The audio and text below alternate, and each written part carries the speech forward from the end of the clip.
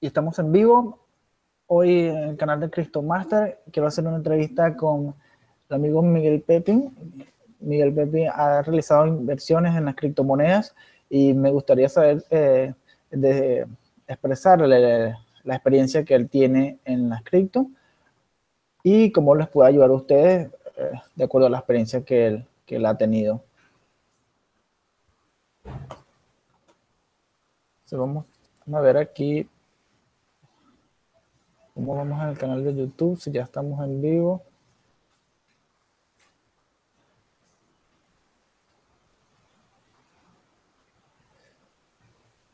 Me gusta este tipo de entrevistas porque son personas como todos nosotros que han podido tener éxito en este mundo de las criptomonedas y podemos aprender de qué han hecho ellos bien y también qué han hecho mal para nosotros poder simularlo también. Veo que ya estamos en vivo. Voy a realizar un poco la traducción, ya que Miguel no habla español. Entonces voy a tratar de hacerlo simultáneamente cuando él hable.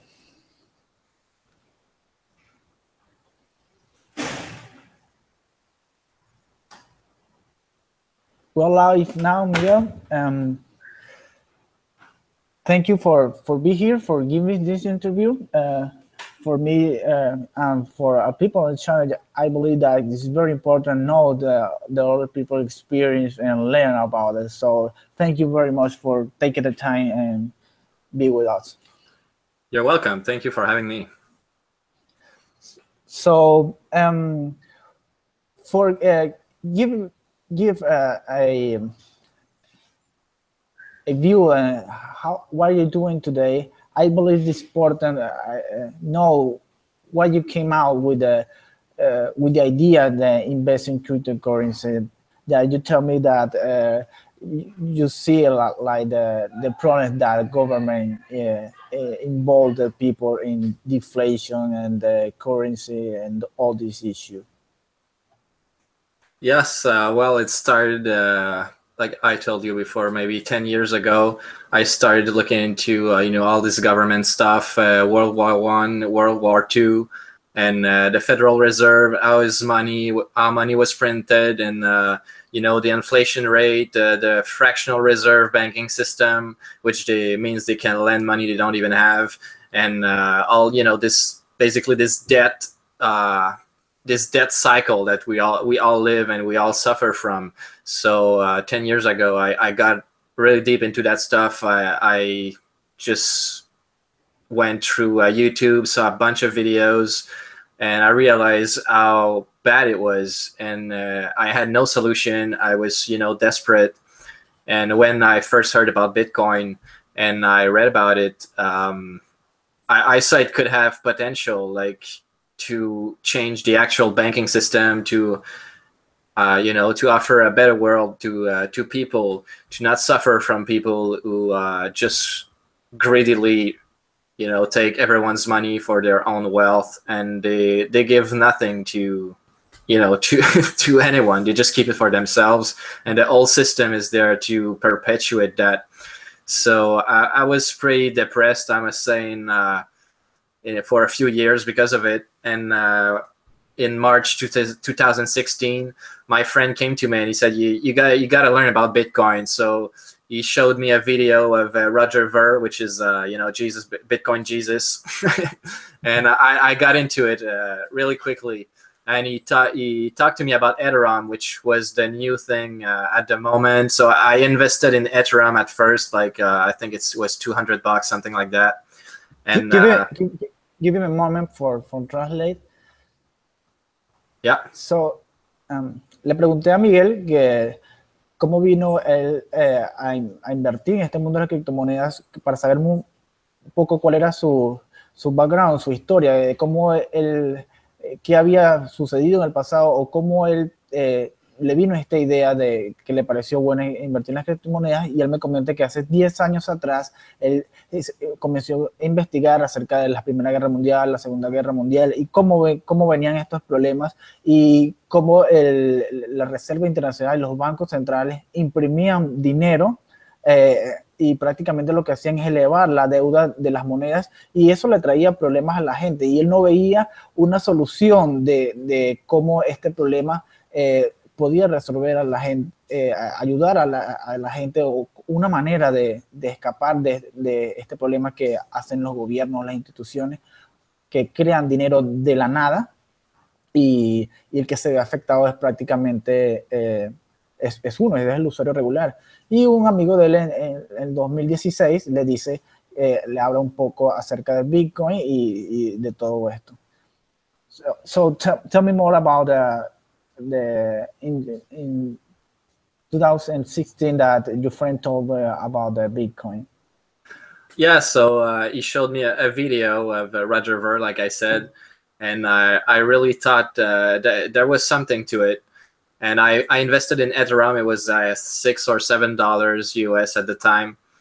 And I really got captured by cryptocurrencies. I started reading like crazy about it for a few months. And 3 months later, I decided I'm going to go get a loan, and I'll put it all in cryptocurrencies. So I had no money. I took a loan of 10K, and I put it all into Bitcoins. Okay. Entonces, Miguel me comenta que su amigo en el 2016 le habla acerca del Bitcoin y esta oportunidad que hay, y él comienza a investigar, ve videos de YouTube, en Internet, todas estas cuestiones, y ve el problema que él había visto antes, le ve una solución en este momento con el Bitcoin. Entonces, como vio esto y ya tenía este conocimiento de lo que estaba pasando, vio aquí como que la luz al final del túnel de los problemas que se habían creado. Entonces, él no tenía dinero, y comienza invirtiendo, pide un préstamo y comienza invirtiendo. You say you take a loan. How much was your loan, and how you invested?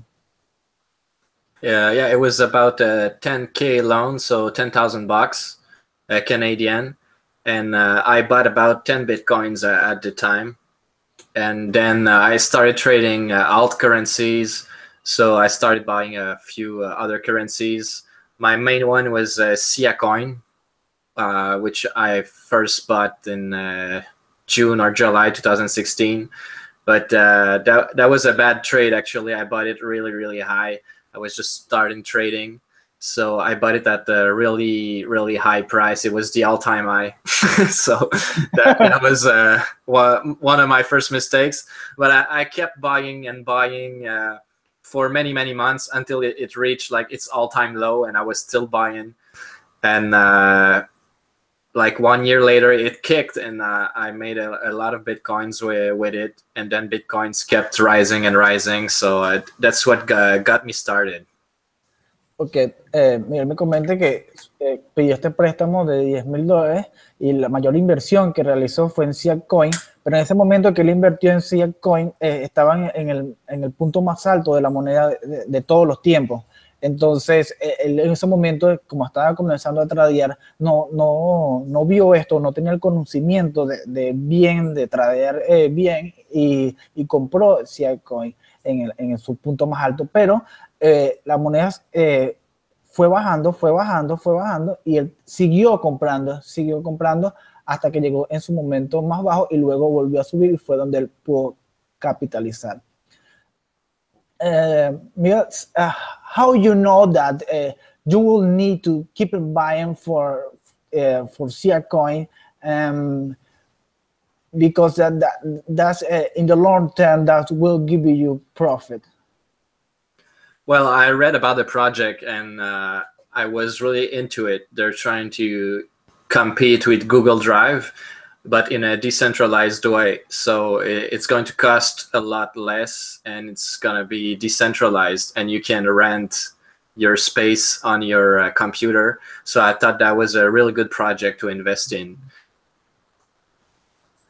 Yo le pregunto a Miguel cómo él decidió a pesar de que había comprado en un punto alto de la moneda de todos los tiempos, seguir comprando, porque en el largo tiempo esto le iba a dar dividendos, ganancias. Entonces él me comenta que porque él sabía de qué se trataba el proyecto y era como una competencia de Google Drive y todo lo que iba a ser más barato, aparte de descentralizado y todas estas cuestiones, entonces él confió en este proyecto y siguió invirtiendo. So maybe a mistake was investing in the highest point of the CN coin. Can you tell me about some mistake that you made before and how you resolve or what knowledge give you now? How you learn about it? Yeah, most of my mistakes are because I didn't hold. So I was, you know, when you first start, you think that 1 week is a long time. You don't want to wait. So you buy something, you wait a week, you sell it at 10% profit, but then months and months later, it just cut to you know, hundreds and hundreds of percent of profit. So every time you're like, if only I had hold to it, if I'd still have it, I could sell it to those price now. So I never like make a mistake that cost me money. It never happened because I never sell when I'm at a loss. So that it's more about holding. I regret not having a holding enough.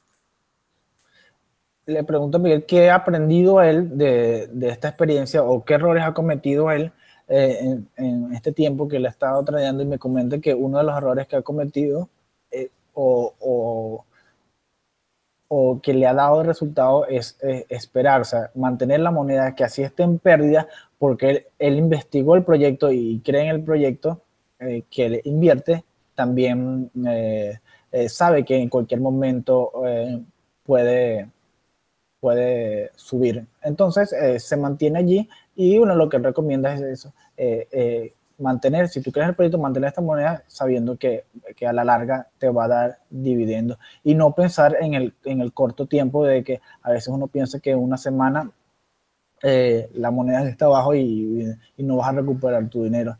Entonces eso es lo que él ha aprendido de mantener la moneda así esté en pérdida.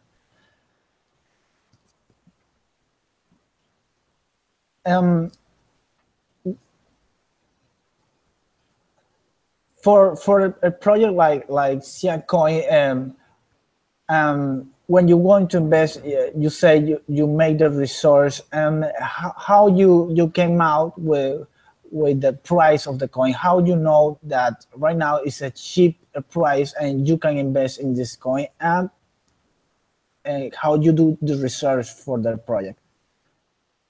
Well, I look, you know, on social media, their Twitter account, their white paper of the coin, what's their project, who's working on the project, you know, the history of it, and what they support.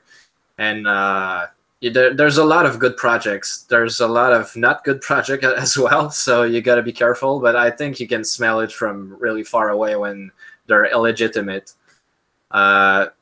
With most coins, I think when you start investing in them, you know, if you want to put maybe $1,000 in it, maybe put $100 and then you wait, and then you put another $100, and that way you can, you know, extend how much you paid. So maybe you're gonna pay a little more, maybe a little less, but over time it's gonna, you know, if it is, it's gonna even out. Like you'll probably have a better price doing that than just putting your 1,000 at one time in the project. Maybe it's not the good time for it. So if you just put 1/10 of what you want to put in, then if it goes down, you just buy more, and you can buy more while it goes down.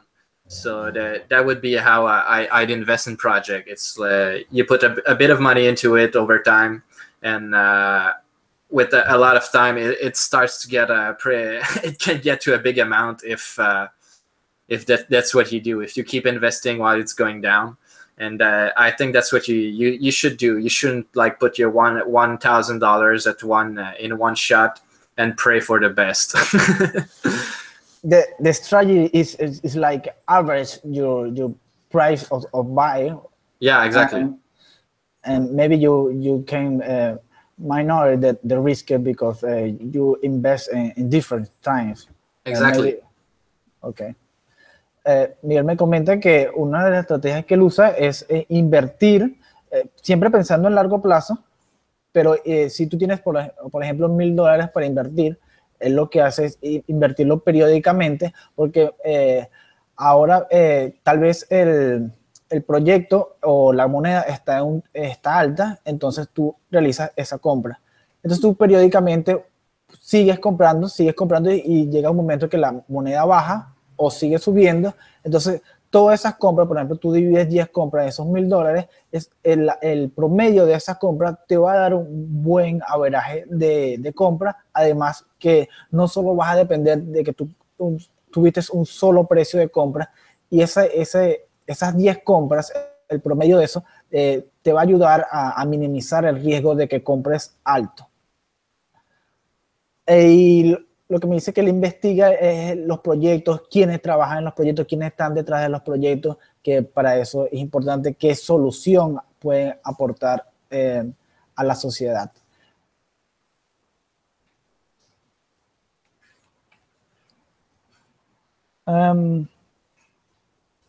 Tell me more about the project that you have and like the investment fund that you help beginners in to invest in cryptocurrency. Yes, well, I started that 6 months ago with two of my friends. The one that introduced me to crypto, and another guy that we introduced as well in the same time. And we manage about 30 people for now. So people who want to invest in cryptocurrencies, but they don't want to manage it, they just give us their money and we invest it for them. And then we trade it for them as well. So we get a percentage on the profits, and the person gets most of it as well. You tell me about that. You charge for the profit that you make because you are confident, and you give people confidence that the people will make profits, and that's when you will charge. Yes, we don't charge anything on the money you invest. We only we make our money with the profits only. So we believe we're going to make profits, and we are making profits. So we're only paid on the profits. Le pregunto a Miguel acerca del proyecto que él tiene, que es como un fondo de inversión en las personas que están comenzando en cripto o en inversiones y no tienen el tiempo o no quieren manejar su dinero. Entonces estas personas les dan el dinero a ellos, que él tiene este proyecto con unos amigos, y él hace la inversión, o es el que realiza el diario a diario de manejar esta inversión. Además, él me comenta que, por ejemplo, ellos tienen confianza y le dan confianza a sus clientes de que van a tener un dividendo, y también ellos cobran de acuerdo a las ganancias que tienen. Por ejemplo, si alguien invierte $1,000, ellos no cobran sobre esos $1,000, sino el dividendo que vayan realizando, las ganancias que vayan realizando con esos $1,000, y que aproximadamente tienen 30 personas. In this time that you said you have 6 months, what is the average percent of profit that people are having in your firm, or when give you this money? Well, we started, it's really not a long time ago, so it's hard to tell, profits that we can achieve or not. Since we started, everything's going down except Bitcoin. So we like to make more Bitcoins by investing in altcoins, but yet, it hasn't kicked. So we made a lot of money with Bitcoins, obviously, but anyone could have done that. You just had to buy Bitcoin and wait. But it's not going to go up forever. And when it's going to go down, the coins, they will pop. And we are ready for that. We're ready for the upswing of the alt coins. That's where we do most of our money. Okay.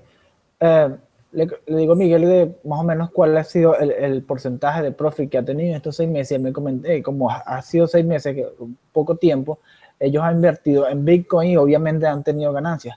Pero la mayoría de las ganancias que ellos esperan van a ser de las altcoins y que todavía están en un precio bajo.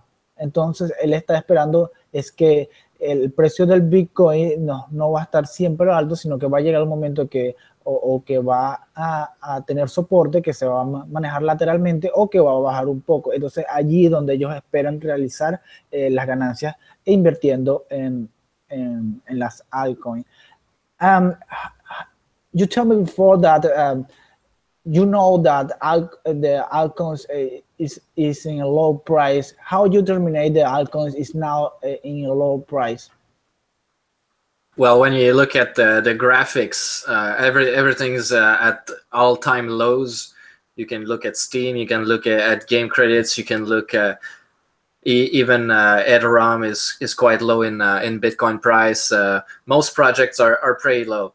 So I'm talking more about maybe older projects. Even XMR is pretty low still. It's only 0.016. There's a lot of coins right now that if you look at their graphics in Bitcoin price, it's absolutely cheap. It's really cheap. So that's how I know it's low. It's because we are at the all-time low in Bitcoin price. If you look at the dollar price, it hasn't moved. It barely moves, but in Bitcoin price, you can see that all coins are really low right now, or most of them. Ok. Miguel me comenta, yo le pregunto a él, ¿cómo sabe él que las altcoins, como Monero, Bitcoin y todas estas altcoins, están en un precio bajo, que es lo que me comenta? Entonces, él me dice que porque él ve los gráficos y ve que con respecto al Bitcoin, las altcoins están en su punto más bajo. Entonces, es por eso que constantemente tienen puestos sus objetivos en las altcoins, sabiendo que en cualquier momento van a repuntar y van a subir respecto con el valor del Bitcoin. Sabe que con respecto al dólar han subido, pero la idea de él es ganar Bitcoin. So the idea when you invest is win more Bitcoin, because I tell you, because some people see that invest in cryptocurrency and see the price between the altcoins or Bitcoin and the dollar, but I believe that you need to see your investment or grow your investment in Bitcoin. You think that this way, or have some other opinions? Yeah, it's exactly like that. We're trying to farm Bitcoin, so we sell Bitcoins for altcoin, and then we want to sell our altcoins for more Bitcoins, and that way you profit the most of the rise of Bitcoin, because you can just keep your Bitcoins and wait. It's already a good strategy, but if you want to maximize them, you got to risk them into altcoins, and when they come up, you sell them, you have more Bitcoins, and Bitcoins are worth more as well. So that's how you do a lot of money. Yo le comento a Miguel que, por ejemplo, yo veo que es necesario que nosotros veamos nuestra inversión con respecto al Bitcoin, porque a veces invertimos en las criptomonedas y vemos el precio respecto al dólar, o sea, cuánto dólar vamos ganando, cuánto dólar ganamos hoy, y la idea principal de todo esto es que ganemos en Bitcoin. Entonces es lo que él también está de acuerdo, que nosotros, ellos venden Bitcoin y compran altcoin para crecer su inversión en Bitcoin, vaya subiendo. Entonces, esa es la idea, porque a veces veo, algunos me contactan y me dicen, bueno, estoy ganando dólares y tengo ¿qué punto me pongo de cuántos dólares puedo ganar diario? Entonces, yo le comento que la idea es que tú veas todo en referente al Bitcoin, cuántos satoshis hiciste hoy, cuántos satoshis hiciste esta semana. Entonces, ver tu crecimiento en Bitcoin, que es la moneda fuerte que queremos ganar y que queremos resguardar nuestra inversión. And Miguel, tell me about some knowledge of people that you follow that maybe inspire you or maybe you, give you enough knowledge to help you in the cryptocurrency world. Well, I got a subscription to the Dollar Vigilante.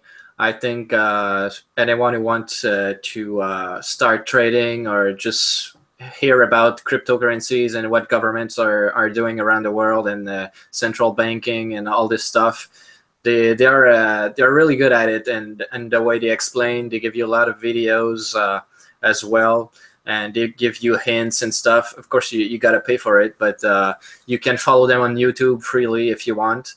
And I think it's a good way to start. I think they explain it very well. They have the same base of ideas that I do for governments and central banking, Bitcoins and all those stuff. And I think they're doing a good job. You can look at their videos. It helps a lot. I still follow their advice. So I think it's a good place to start.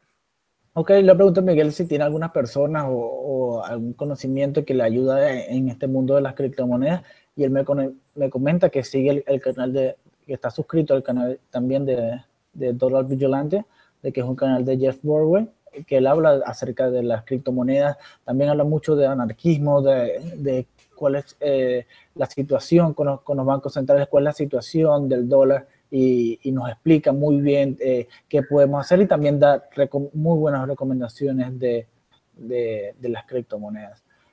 Miguel, can you give me some recommendation about some new coins or IOs or some, well, you see that all altcoins are in low price, but some really good project that you believe that is going up in the short times or the short and middle time?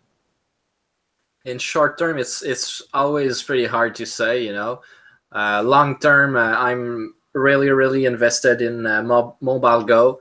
That's it's pretty far off in coin market cap. It's maybe 106 or something like that.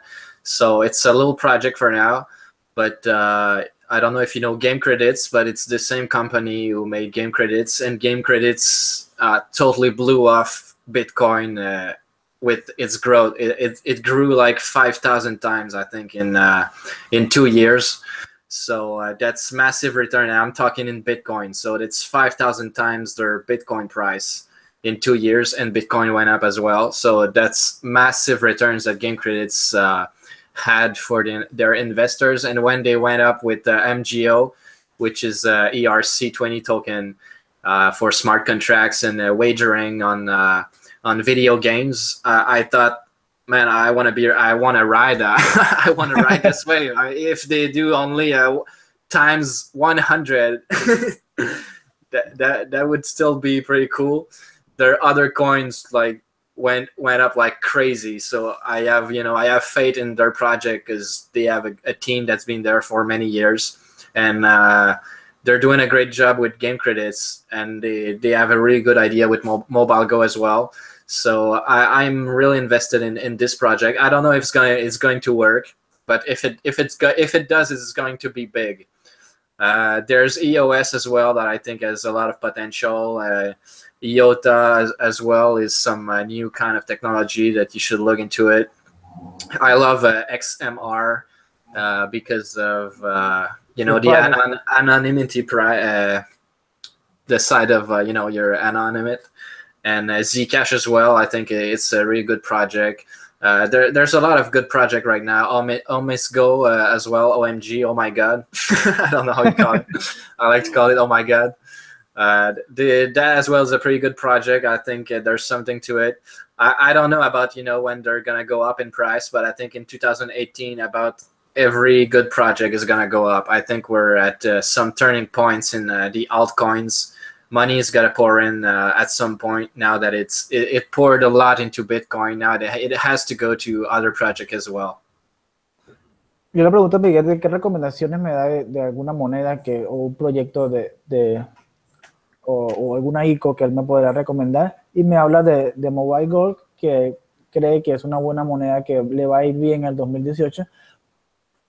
Por supuesto, nadie sabe si en realidad va a subir o no, pero él cree en el proyecto porque investigó de qué se trata el proyecto y le parece muy bueno, además de que él vio que los creadores de Game Credit son los que están desarrollando este proyecto, y Game Credit en sus inicios subió mucho y es un buen proyecto y subió mucho su precio respecto al dólar. Entonces él cree respecto al Bitcoin, entonces él cree que más o menos puede tener el mismo impacto en el 2018. También nos habla de EOS, que es la moneda como la competencia de Ethereum, que es de Donde, y otra también dice que es un buen proyecto que podemos ver, Monero, que él piensa que todavía tiene un precio bajo y le gusta mucho por el anonimato y la privacidad que también nos ofrece. Habla también de Zcash y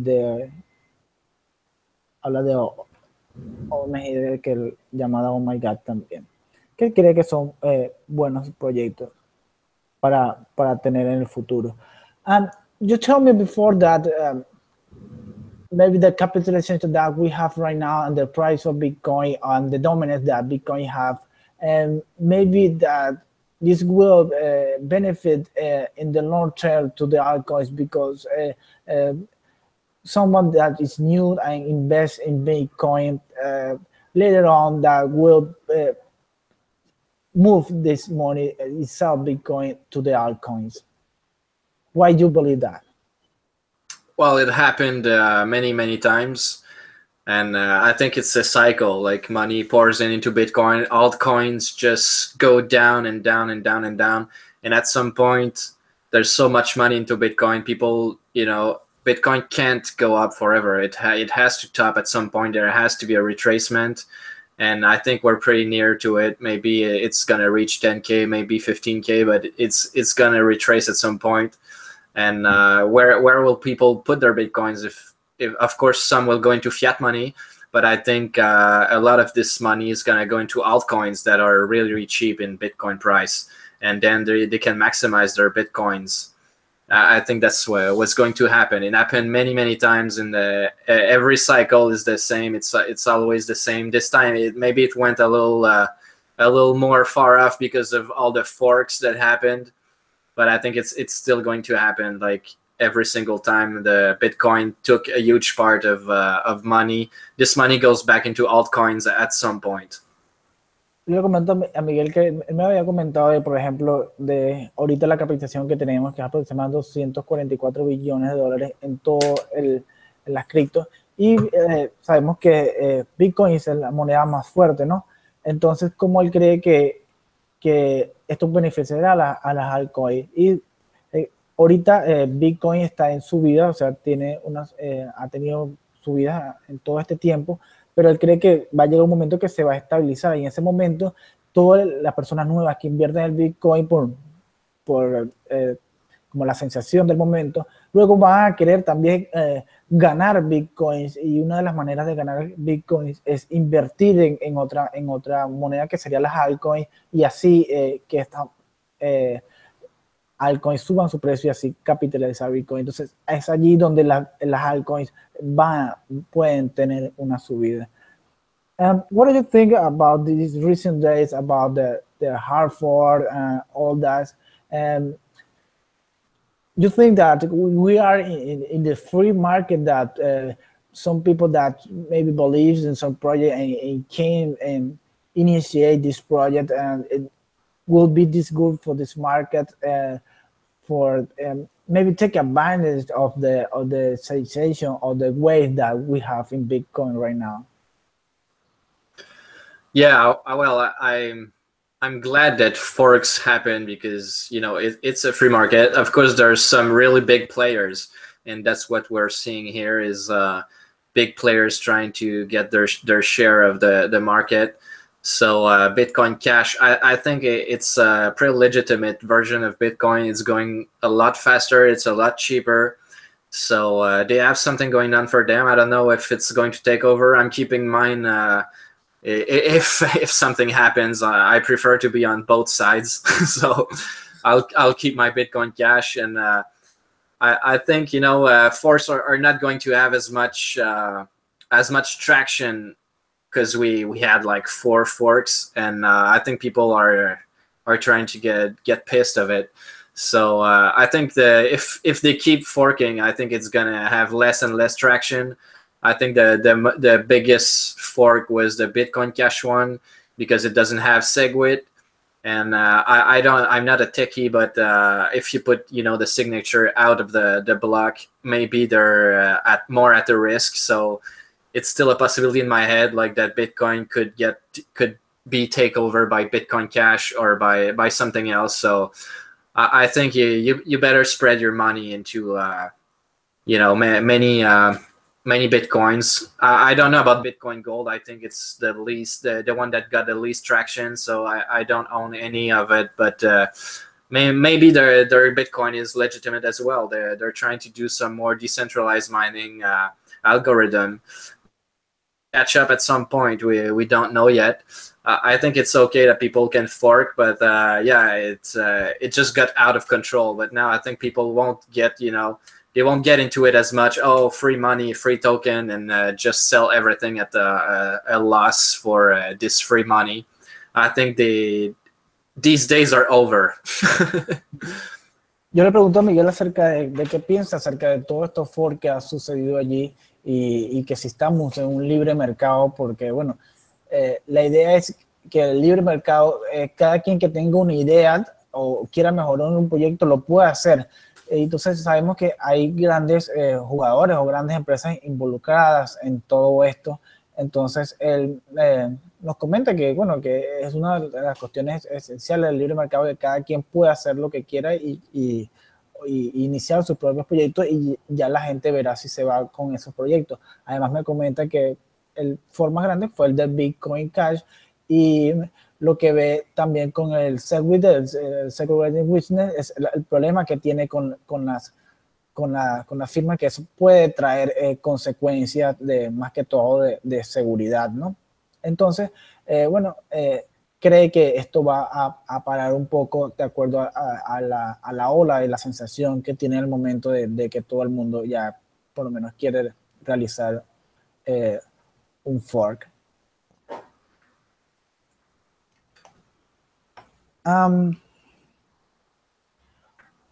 Tell me about the experience that you have with DGB.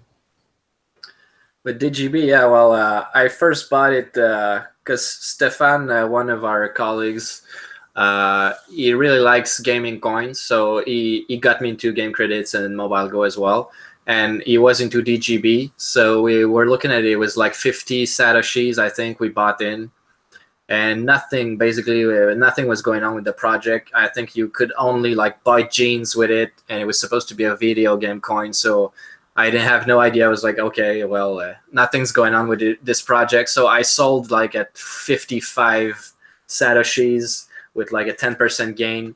I was pretty happy back then. But yeah, then it went to 2,500 satoshis. I never understood why, but yeah, I could have made a huge profit if I would just have held to it.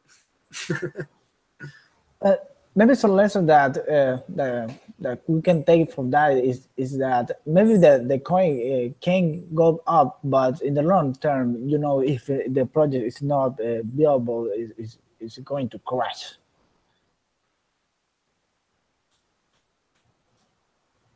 Well, DGB, it crashed pretty hard when it reached 2,000 satoshis. I was laughing. I mean, I couldn't believe anyone would pay that amount for a DGB, and it got down to almost what it was before. So that's what I thought would happen. People just got into it like crazy. They saw the wave, and they just kept buying. It was at times 50 the price, like a few weeks prior, times 50, and people were still buying it.